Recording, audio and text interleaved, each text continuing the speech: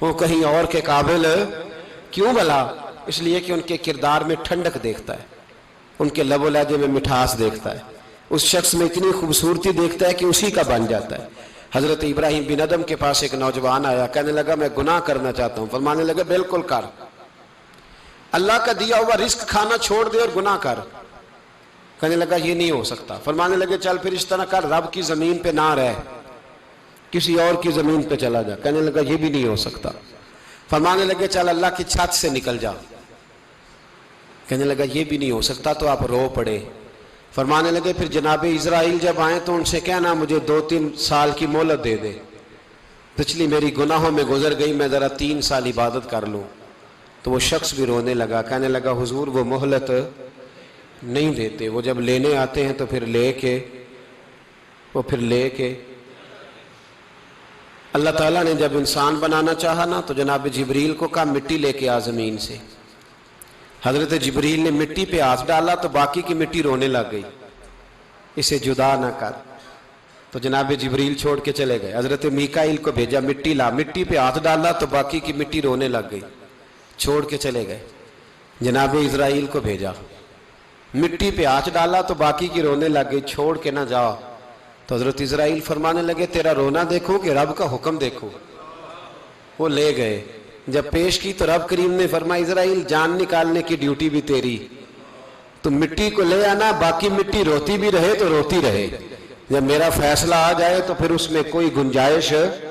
ہم کھاتے بھی اللہ کا ہیں، نافرمانی بھی اس کی کرتے، زمین پہ بھی اس کی چلتے ہیں، نافرمانی بھی اس کی کرتے، حکم کسی اور کا مانتے، چھت پہ رب کریم کی رہتے۔ اس طرح نظام نہیں چلتا۔ میرے بھائی یاد رکھ لو، گناہوں کی سزا ملے گی، زندگی تنگ ہو جائے، یہاں بھی آزمائش ہوگی اور وہاں بھی۔ میں نے درس پہ کہا تھا، پھر بات کہتا ہوں، یہ میں اپنے لیے کہہ رہا ہوں، توجہ ہے میری بات پر۔ دعا فرمایا کرے کہ جو کچھ ہم نظر آتے ہیں اللہ ہمیں ویسا بننے کی توفیق بھی عطا فرمائے۔ اللہ ویسا بننے کی، یہ مشکل معاملہ ہے، مشکل۔ دیکھیں نا ایک آدمی سیاستدان ہے، اس نے بڑے اچھے نعرے لگائے، انقلاب آ جائے گا، میں غریب کا بھلا کر دوں گا، میں یتیموں کے سر پہ ہاتھ رکھوں گا، میں مجبوروں کی مدد کروں گا، میں دکھیوں کی مدد کروں گا، مزدوروں کو۔ اس نے اچھے اچھے نعرے سکھائے، اچھا اس نے پیغام دیا، اندر اس کے یہ تھا کہ اقتدار ملے گا تو مرضی کروں گا۔ لوگ اس کے گرد بھی گئے، اس کی گاڑی کے پیچھے بھی بھاگے، لوگوں نے اس کے نعرے بھی لگوائے، جیب سے پیسے لگا کے اس کے پوسٹر بھی شائع کیے، لوگ اس کے گرویدہ ہو گئے۔ لوگوں نے پوری، اور میری قوم نے تو بیچاری نے کئی دفعہ دھوکے کھائے، جس نے نعرہ لگایا غریب اسی کے پیچھے مسیحا بن کے چل پڑا۔ آج دھوکہ دے لیا، لوگوں کو پیچھے لگا لیا۔ یہ بتاؤ اگر راز کھل جائے، اگر راز کھل جائے کہ یہ دھوکہ دے رہا ہے، یہ فریب کر رہا ہے، تو لوگ اس کا کیا حال کریں گے؟ یہ راز قیامت میں کھل جائے گا، قیامت میں یہ راز یہ کھل جائے گا، یہ دھوکے باز تھا۔ اذا زلزلت الارض زلزالہا، جب زلزلہ آئے گا جیسے اس کا آنا ٹھہرا، واخرجت الارض اثقالہا، زمین اپنے بوجھ باہر نکال دے گی۔ اس سے مراد کیا ہے کہ زمین پہ جو جرم ہوئے زمین بتا دے گی، باہر نکل آئے۔ وقال الانسان ما لہا، انسان کہے گا اسے کیا ہوا، یہ تو سب کچھ بتا رہی، بوجھ باہر نکال دے گی۔ ایک آدمی پیر طریقت بن کے بیٹھ گیا، جبہ کبہ پہن کے، بڑی پگڑی باندھ کے بیٹھ گیا، اچھی اچھی نیک باتیں بتانے لگا، لوگ اس کی دست بوسی کرنے لگے، ہاتھ چومنے لگے، پیچھے لگ گئے، خدمت کرنے لگے، جیب سے نذرانہ دینے لگے، اس کے نام پر لوگ اپنی جیب سے لنگر پکانے لگے، خانقاہ کی خدمت ہونے لگی، مہمان اس کے آتے، نوکری کوئی اور کرتا۔ میں نے کہا تھا شاید اپنے لیے کہہ رہا ہوں، ڈیوٹیاں لوگ کرنے لگے، حالات بدلنے لگے، لیکن اس کے اندر تو چور تھا، وہ تو دکاندار تھا، تو یہاں جو اس کے پیچھے لگے تھے وہ تو سچے تھے، انہیں تو اجر ملے گا، لیکن اس کا جب راز کھلے گا تو بڑی رسوائی ہوگی، اس کا جب راز کھلے گا تو بڑی۔ ایک میری طرح کا دیندار تھا، جو چہرے کا تو نیک تھا، اندر پتہ نہیں کیا کچھ تھا۔ ایک طوائف گزر رہی تھی، اس نے اس کو تبلیغ کر دی، کہنے لگا بس کر دے، سیانی بن جا۔ تو کسی دانشور میں لکھا ہے اس نے بڑا سخت جواب دیا، اس عورت نے، کہنے لگی بابا میں تو جو ہوں وہ نظر بھی آ رہی ہوں، تو بتا جو تو نظر آتا ہے وہ تو ہے کہ نہیں؟ اس بندے نے چیخ ماری اور بے ہوش ہو کے گر پڑا. تو لوگوں نے کہا بابا آج کسی صوفی کا کلام سنا ہے جو بے ہوش ہو گیا؟ تو اس نے کہا نہیں، آج طوائف کی بات سنی ہے، طوائف کی. اور وہ عجیب بات کر گئی ہے. وہ کہہ گئی ہے میں تو جو ہوں میں نظر آ رہی ہوں، تو بھی تو بتانا، تو بتانا کہ تو دستار امامت پہنتا ہے.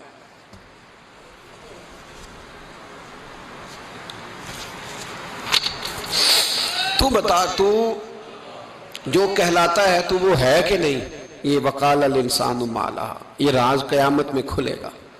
ہم جو کچھ بتا رہے ہیں نا اپنی زبانوں سے، ہمیں اپنے گناہوں کا احساس ہونا چاہیے.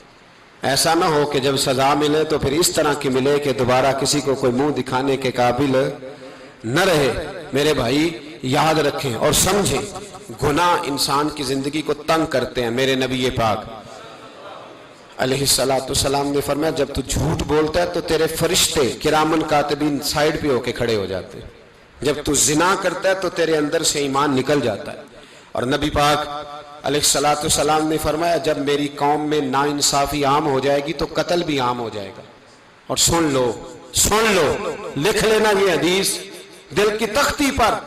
نبی پاک علیہ السلام نے فرمایا جب میری قوم میں بے حیائی اور بدکاری عام ہو جائے گی تو 2 سزائیں اللہ دے گا. ایک تو جوان موتیں آئیں گی، جوان بچے کچھ بھی نہیں دیکھا چلے گئے. اور دوسری سزا اللہ یہ دے گا کہ ایسی بیماریاں آئیں گی جن کا علاج نہیں ملے گا، ایسے امراض پھوٹ پڑیں گے. اگرچہ میں آپ کو ایسی تقریر بھی سنا سکتا تھا جس پہ آپ بہت زیادہ محظوظ ہوتے، پر میں نے اس جمعے میں ایسا موضوع چنا ہے جس کا ہمیں خاص ضرورت ہے. بھائی دیکھیں تو صحیح، کہیں ایسا تو نہیں کہ ہم ان عیبوں میں مبتلا ہیں. میرے نبی کریم علیہ السلام نے فرمایا جب تم نیکی کا حکم دینا اور برائی سے منع کرنا چھوڑ دو گے پھر اللہ تم پر ظالم حکمران مسلط کرے گا. اور اگلے لفظ اس سے بھی زیادہ سخت ہیں. محبوب فرمانے لگے پھر تمہاری نیک لوگ دعائیں بھی کریں گے تو اللہ وقتی طور پر ان کی دعاؤں کو بھی قبول نہیں فرمائے گا. اس لیے کہ تم لوگوں نے نیکی کا حکم دینا اور بھلائی سے روکنا چھوڑ دیا. عزیزو یاد رکھو جب گناہ عام ہوتے تو پھر حالات بدلتے اور لوگوں کو سزا ملتی ہے ان کے گناہوں کی. بلکہ یہاں تک لکھا ہے کہ نیت خراب ہو تو سزا شروع ہو جاتی. کیا خراب ہو؟ بولیے گا. نیت بھی خراب ہو تو سزا. حضرت رومی کہتے ہیں کہ ایک بادشاہ کو پتہ چل گیا کہ ایک آدمی نے بڑا اچھا باغ لگایا ہے، خوبصورت باغ ہے، مالٹے کا، کنوں کا باغ، بڑا پیارا. بادشاہ نے کہا ذرا جا کے دیکھتا ہوں. بادشاہ سلامت باغ دیکھنے آئے. تو اب وہ مزدور آدمی تھا، عام آدمی تھا جس نے باغ لگایا، کسان تھا. اس کو کہا کہ چند کنوں توڑ کے لایا تو بڑے پیارے لگے. 1-2 اور لایا، کھائے، بڑے میٹھے، بڑے پیارے، بڑے توانا، بڑا مزہ آیا. تو بادشاہ کے دل میں خیال آیا کہ اس پہ قبضہ نہ کر لوں باغ پہ. ہمارے ہاں نا کرائے پہ دکان دیتا نا مالک، تو جب کسی غریب کی چل جاتی ہے کہتا ہے تو خالی کر، میں نے خود ڈال لی ہے. چل گئی نا اس کی. حالانکہ رزق اپنے اپنے نصیب کا ہے، رزق اپنے اپنے نصیب کا ہے، جس کو اللہ تعالیٰ چاہتا ہے عطا کرتا ہے. تو اس کو کہا کہ اور توڑ کے لا، اور دل میں خیال ہے کہ یار اتنا اچھا باغ ہے قبضہ کر لیتے ہیں. ہماری حکومتیں قبضہ کر لیتی ہیں کہ کوئی چیز اچھی لگ جائے. اب وہ کسان 2-3 کنوں توڑ کے لایا، اس نے کھائے تو کھٹے نکلے، ترش تھے. کہنے لگا تجھے کیا ہو گیا ہے؟ تو بندہ بڑا صاحب دل تھا، کہنے لگا میں تو ٹھیک ہوں، آپ اپنی نیت سے پوچھیں کہیں خراب تو نہیں ہو گئی.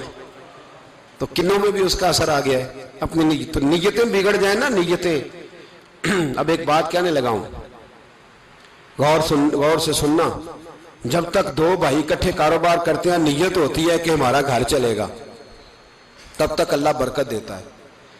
اور جب اپنی اپنی جیبیں سمیٹنے لگ جاتے ہیں نا کہ یہ میرا 5000 ہے، آج میں گیا تھا اگرائی کرنے، یہ میرا 10,000 ہے، آج میں نے زیادہ کی. جب وہ ٹٹولنے لگتے ہیں پھر اس دکان سے بھی برکت اٹھ جاتی ہے، پھر وہاں سے بھی برکت چلی جاتی ہے. فَإِنَّ لَهُ مَعِيشَةً ضَنْكَ. فرمایا جب تو میں منہ پھیر لیتا ہے پھر تیری زندگی اللہ تنگ کر دیتا، پھر وہاں سے بھی برکت خوبصورتی اثر اٹھ جاتا ہے. ایک سنار نے گلی میں ایک یتیم چھوٹے سے بچے کو گھومتے دیکھا تو سنار بے اولاد تھا, بچے کو اٹھا کے گھر لے آیا. 18 سال اس بچے کی پرورش کی, اس کو پالا پوسا جوان کیا. سنار کے پاس وہ دکان پہ چلا جاتا, وہ کئی دفعہ دکان پہ رہتا, کئی دفعہ گھر میں رہتا. ایک دفعہ وہ دکان پہ تھا, بچہ گھر تھا, 18 سال کا جوان. اس کی بیوی اکیلی تھی. وہ جس نے ماں بن کے پالا تھا اس نے اسی پہ حملہ کر دیا, اس کا بازو بری نیت سے تھاما. بیوی چیخی. تھوڑی دیر گزری تو وہ نوجوان پیروں میں بیٹھ گیا, کہنے لگا اماں پتہ نہیں مجھے کیا ہوا. شام کو سنار آیا, بیوی چیخنے لگی, چلانے لگی, کہنے لگی آج عجیب بات ہوئی. جس کو میں نے جگر کا خون دے دے کے پالا اسی نے گندی نظر ڈالی. سنار محو حیرت ہے. بیوی کا خیال تھا کہ لاٹھ اٹھائے گا, ڈنڈا اٹھائے گا, نوجوان کو مارے گا, لیکن وہ رونے لگ گیا. اس نے کہا آج اس نے میرا بازو تھاما ہے, جانے کیا کیا ہے.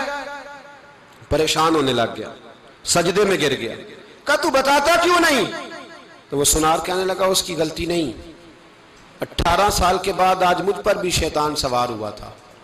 ایک عورت آئی تھی, وہ اپنے بازوؤں میں چوڑیاں پہننا چاہتی تھی تو میں نے بھی گندی نظر سے ہاتھ ڈالا تھا. رب کریم نے مجھے فوراً اس کی سزا دی. جن کے گھروں میں بیٹیاں ہوتی ہیں ان کی نظریں گندی نہیں ہوتی. جو بیٹیوں کے باپ ہوتے ہیں, جو بہنوں کے بھائی ہوتے ہیں, ان کی نظریں گندی.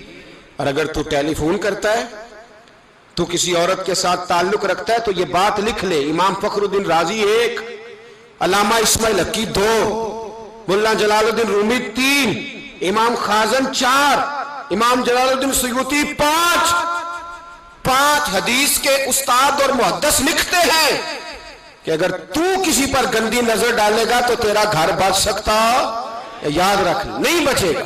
اس لیے کہ تیری نظر کسی کی بیٹی کو بیٹی سمجھ, تاکہ تیری بچی کا پردہ قائم رہے. کسی کی بہن کو, یہ کیا بات ہوئی کہ تو جتنا مرضی گند معاشرے میں پھیلاتا رہے تیرا گھر بچا رہے, یہ کیسے ہو سکتا ہے. فَإِنَّ لَهُ مَعِيشَةً ضَنْكَ, اللہ فرماتے ہیں زندگی تنگ ہو جائے گی تیرے لیے مشکل. تو ڈھونڈتا پھرے گا کہ میں مرنے کو جگہ تلاش کروں. سچی توبہ کرے, کھری توبہ کرے. یہ گناہ انسان کو مجبور کر دیتے ہیں. حضرت عبداللہ بن مبارک رحمت اللہ تعالی علیہ, ان کے سینکڑوں شاگرد تھے. ایک شاگرد کے انتقال کا وقت آیا تو گھر گئے ملنے. آپ کہتے ہیں میں نے زور لگا لیا پر اس کی زبان پر کلمہ جاری نہیں ہوا. میں اسے کہتا کلمہ پڑھ پر اس کی زبان پر جاری. اللہ اکبر, بہت بڑی نعمت ہے. دعا فرمائیں اللہ ایمان کی موت عطا فرمائے, ایمان کی موت دے اللہ کریم, ایمان کی موت دے. ایسے بھی لوگ دیکھے ہیں, مسجد نبوی ہے, رسول اللہ کا شہر ہے, سر سجدے میں ہے, روح پرواز کر گئی. روح پر کتنا نصیبوں والا ہے, کتنا نصیبوں والا ہے کہ مسجد نبوی میں سر سجدے میں رکھا ہے, اور اللہ تبارک و تعالیٰ نے محبوب کے قدموں میں موت عطا فرمائی. تو حضرت عبداللہ بن مبارک کہتے ہیں میں نے اس کو کہا کلمہ پڑھ, تو اس کی زبان پہ جاری نہیں ہوتا. میں بار بار کہتا تو وہ منت کرتا, کہتا حضور میں کوشش کرتا ہوں جاری نہیں ہوتا. فرماتے میں پریشان ہو کے اٹھا, ابھی میں دروازے پہ پہنچا تھا, اس نے چیخ ماری اور روح پرواز کر گئی. بچے رونے لگے, بیوی رونے لگی. تو میں نے اس کی بیوی سے کہا کہ یہ جرم کیا کرتا تھا, اتنا بڑا پاپی پہ کلمہ جاری نہیں ہوا. اس کی زوجہ کہنے لگی حضرت جی 2 گناہ تھے اس کے. ایک تو یہ شراب کا عادی تھا, روکتی تھی باز نہیں آتا تھا, اور دوسری بات یہ کہ یہ اپنی اماں کا نافرمان تھا. وہ 2 گلیاں چھوڑ کے رہتی ہے, یہ کبھی ملنے نہیں گیا تھا. اس بوڑھی کا کلیجہ اس کی طرف سے بڑی تکلیف میں تھا. تو حضرت عبداللہ بن مبارک کہنے لگے جا تو بھی دعا کر, اور اس کی ماں کو بھی کہہ دعا کرے کہ یہاں تو یہ کلمہ نہیں اسے نصیب ہوا, اللہ کرے اللہ آخرت کی منزلیں اس کی بہتر فرما دے. میرے بھائی ایسے گناہ حضرت مالک بن دینار نے توبہ کی انہوں نے. کس طرح فرماتے میں نشے کا عادی تھا, کسی نے مجھے کہا کہ بطور دوائی شراب پی لو تو میں نے پی لی. نشے کا عادی تھا, شراب پیتا تھا. اللہ تعالیٰ نے بڑی منتوں اور کوششوں کے بعد, منتوں کے بعد ایک بیٹی عطا فرمائی. وہ بھی 2.5-3 سال کی ہوئی تو پردہ کر گئی. کہتے میں اس کی قبر پہ بیٹھ کے گھنٹوں روتا. شراب کا عادی تھا. ایک دن سویا تو خواب دیکھتا ہوں کہ میرے پیچھے ایک بڑا سانپ لگ گیا. اور سانپ جب منہ کھولتا ہے تو انگارہ نکلتا ہے. میں پھر دعا کرتا ہوں اللہ ہمیں معاف فرمائے, اللہ ہم سے درگزر. میں کچھ قبرستانوں میں جاتا ہوں تو میں سانپ بچھو پھرتے ہوئے دیکھتا ہوں اور ڈر آتا ہے کہ ہم یہاں آنے والے ہیں. یہ لوگ کہہ رہے ہیں کہ تمہاری تیاری ہے, کسی وقت بھی اعلان ہو جائے گا کہ چلو بھائی چلو فلاں صاحب کا جنازہ ہے, اٹھو. لوگ کہتے ہیں جلدی کرو, اور ایک کونے میں ایک شخص یہ بھی کہتا ہے کہ دیگ بھی رکھ لو, مہمان بڑے جمع ہو گئے. اور ایک کونے میں لوگ یہ بھی کہتے ہیں کہ برف ٹھنڈی لے آؤ, لوگوں نے پانی بھی پینا. پہلے اعلان ہوتا ہے کہ فلاں فوت ہو گیا, پھر اعلان ہوتا ہے جنازے کا ٹائم ہو گیا, پھر اعلان ہوتا ہے جنازہ اٹھایا جائے گا, اور پھر بات ختم ہو جاتی ہے. پھر کل من علیہ فان, پھر کوئی نہیں پوچھنے آتا. ختم ہو گئے, قصہ ہی ختم ہو گیا. ان لوگوں کی کہانی مٹ گئی, ختم ہو گئے. بڑے بڑے کج کلا, کوئی پوچھنے والا نہیں. موت کا راج ہے موت کا راج. موت راج کرتی ہے بس, اور کسی کا راج نہیں. وہ راج کرتی ہے, جدھر جاتی ہے اسی کا راج ہے, راج کر رہی ہے. تو حضرت مالک بن دینار کہتے ہیں قبرستان میں نے دیکھا, میں خواب دیکھتا ہوں, بڑا اژدہا, اس کے منہ کے اندر آگ میرا پیچھا کر رہا ہے. کہتے ہیں میں خواب دیکھ رہا ہوں. میں دوڑا, لیکن وہ اژدہا جب میں دوڑا تو میرے آگے آ کے کھڑا ہو گیا. میں مشرق کو دوڑا تو وہاں بھی آ گیا, مغرب کو دوڑا تو وہاں بھی آ گیا. جناب مالک بن دینار کہتے ہیں ایک بوڑھا شخص کمزور مجھے بچانے آیا, پر اس اژدہا نے پھونک ماری تو وہ بوڑھا آدمی دور جا گرا. کہتے میں چیختا تھا, چلاتا تھا. ایک پہاڑی پہ میں بھاگا گیا تو وہاں مجھے میری بیٹی ملی, مجھے فوت ہو گئی. وہ اس اژدہے کے آگے اس نے یوں ہاتھ کیا تو اژدہا پیچھے بھاگ گیا. میں نے بیٹی کو گود میں اٹھایا, میں نے کہا بیٹی یہ کون تھا؟ کہنے لگی ابا یہ تیرا برا عمل تھا, یہ تیرا برا عمل تھا, یہ تجھے کھا جاتا اگر میں نہ ہوتی. تو کہا یہ بوڑھا جو مجھے بچانے آیا یہ کون تھا؟ کہا یہ تیرا اچھا عمل تھا, پر کمزور بڑا تھا, تھوڑا تھا, یہ تیرے برے عمل کا مقابلہ کرنے کی ہمت نہیں رکھتا تھا. حضرت مالک بن دینار کہتے ہیں میری بیٹی نے خواب میں میری داڑھی پکڑ لی اور کہنے لگی ابا میں چاہتی ہوں تو صحیح ہو جا, ایسا نہ ہو کہ پھر تیرے پیچھے یہ اژدہا لگ جائے. حضرت مالک بن دینار کہتے ہیں جب میں سو کے اٹھا تو میری داڑھی آنسوؤں سے بھری ہوئی تھی. پھر اس کے بعد میں نے توبہ کی, اس طرح کی توبہ کی کہ پھر میں نے کوشش کی کہ دوبارہ میں اپنے رب کی نافرمانی نہ کروں. حضرت عبداللہ ابن عباس فرماتے تھے جو دنیا میں ہنس ہنس کے گناہ کرتے ہیں نا, ہنس ہنس کے جھوٹ ہنس ہنس کے بولتے, ہنس ہنس کے لوگوں کی غیبت کرتے, فرمایا یہ جو تمہیں ہنس ہنس کے گناہ کرتے نظر آتے ہیں ان کا رونا قیامت میں دیکھا نہیں جائے گا, ان کے آنسو قیامت میں دیکھے نہیں جائے. جو ہنس ہنس کے گناہ کرتے یہ روئیں گے. فَلْيَضْحَكُوا قَلِيلًا وَلْيَبْكُوا كَثِيرًا, رب فرماتا ہے زیادہ رویا کرو کم ہنسا کرو. نبی پاک علیہ السلام روتے تو صحابہ کہتے حضور آپ اتنا کیوں روتے ہیں؟ تو محبوب فرماتے جو میں جانتا ہوں وہ تم نہیں جانتے. بھائیو قبروں میں اکیلے جانا ہے, کبھی غور کرنا, اکیلے کوئی بندہ ساتھ حساب دینے نہیں جائے گا. اماں بڑا پیار کرتی ہے لیکن قبر میں کبھی کوئی ماں بھی ساتھ دفن نہیں ہوتی. اپنا اپنا حساب دینا, مشکل وقت ہے, حساب کر لینا چاہیے, تیاری کر کے رکھنی چاہیے. گناہ اگر یہاں ہماری زندگی کو تنگ کریں گے تو وہاں بھی ہمارے لیے مشکلات پیدا کریں. نبی کریم علیہ السلام نے فرمایا ہے کہ اللہ بڑا مہربان ہے, اللہ بڑا کریم ہے, اللہ بڑا ستار ہے.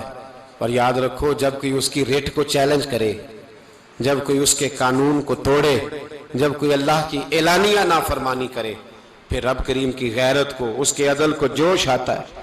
توبہ کرے سچی, مسجد کی حاضری دیں پابندی کے ساتھ. میری آپ سے ہمیشہ یہ گزارش رہتی ہے کہ مسجد کی حاضری پابندی سے دیں. میں اپیل کرتا ہوں داڑھی رکھ لیں, یہ میرے نبی کا طریقہ ہے صلی اللہ تعالی علیہ. واپس آ جائیں, ہماری بقا نہ ہمارے دین میں ہے. کوئی نہیں ہمیں رکھے گا, کوئی نہیں رکھے گا, کوئی نہیں. میرا ایک دوست رات بتا رہا تھا کہ سعودی عرب میں ایک شخص نے 30 سال محنت کی, تو جب وہ مرا ہے وہیں اس کے گھر میں فون کیا تو اس کے گھر والوں نے کہا جناب آپ کو مشکل ہوگی ڈیڈ باڈی بھیجنے میں، وہیں دفن کر دیں، ہاں اگر اس کا کوئی پیسہ ہے تو وہ ذرا اکاؤنٹ میں بھیج دیں، بچیوں کو ضرورت ہے۔ او بھائی تو اکیلا جائے گا، تیرے لیے مشکل ہو جائے۔ اپنے بھی ساتھ یقین کریں، بچے دعائیں کرانے آتے ہیں، کہتے ہیں حضرت جی دعا کریں اللہ اماں کی سختی معاف کر دے۔ اس کا مطلب کیا ہے کہ اماں اب جائے، اب ہمارا نمبر آئے۔ بچے تو انتظار کر رہے ہیں کہ ابا جائے اور گدی پہ ہمارا نمبر آئے، تیاری ہے۔ اکیلے جانا ہے، اکیلے، سخت سا مرحلہ ہے، اکیلے سارا کچھ فیس کرنا۔ آج توبہ کریں، وہاں کے کیڑے یہاں رہ کے مارے، اپنے ساتھ ظلم نہ کریں۔ ہم اس قابل نہیں کہ وہاں جا کے مقابلہ کر سکیں۔ بچیں، اپنے آپ کو محفوظ کریں، بچائیں، حساب اپنا اپنا دینا ہے۔ کسی باپ نے اگر اپنے بچوں کو حرام کھلایا تو بچے تو نہیں کہہ رہے تھے نا کہ حرام لے کے آ، تو باپ نے حساب دینا، والد نے۔ لہٰذا مہربانی فرمائیں، اپنے اوپر رحم کھائیں، اپنے آپ کو سنواریں۔ آج جمعۃ الوداع ہے، توبہ کریں، اللہ کے نیک بندوں کی صحبت میں بیٹھا کریں، اچھی باتیں سنا کریں تاکہ دل نرم رہے۔ ان جگہوں سے بچیں جو گناہ کی طرف لے کے جاتی، ظلم سے، زیادتی سے، جبر سے بچیں۔ اپنے آپ کو اپنے رب کریم کی بارگاہ میں جھکا دیں۔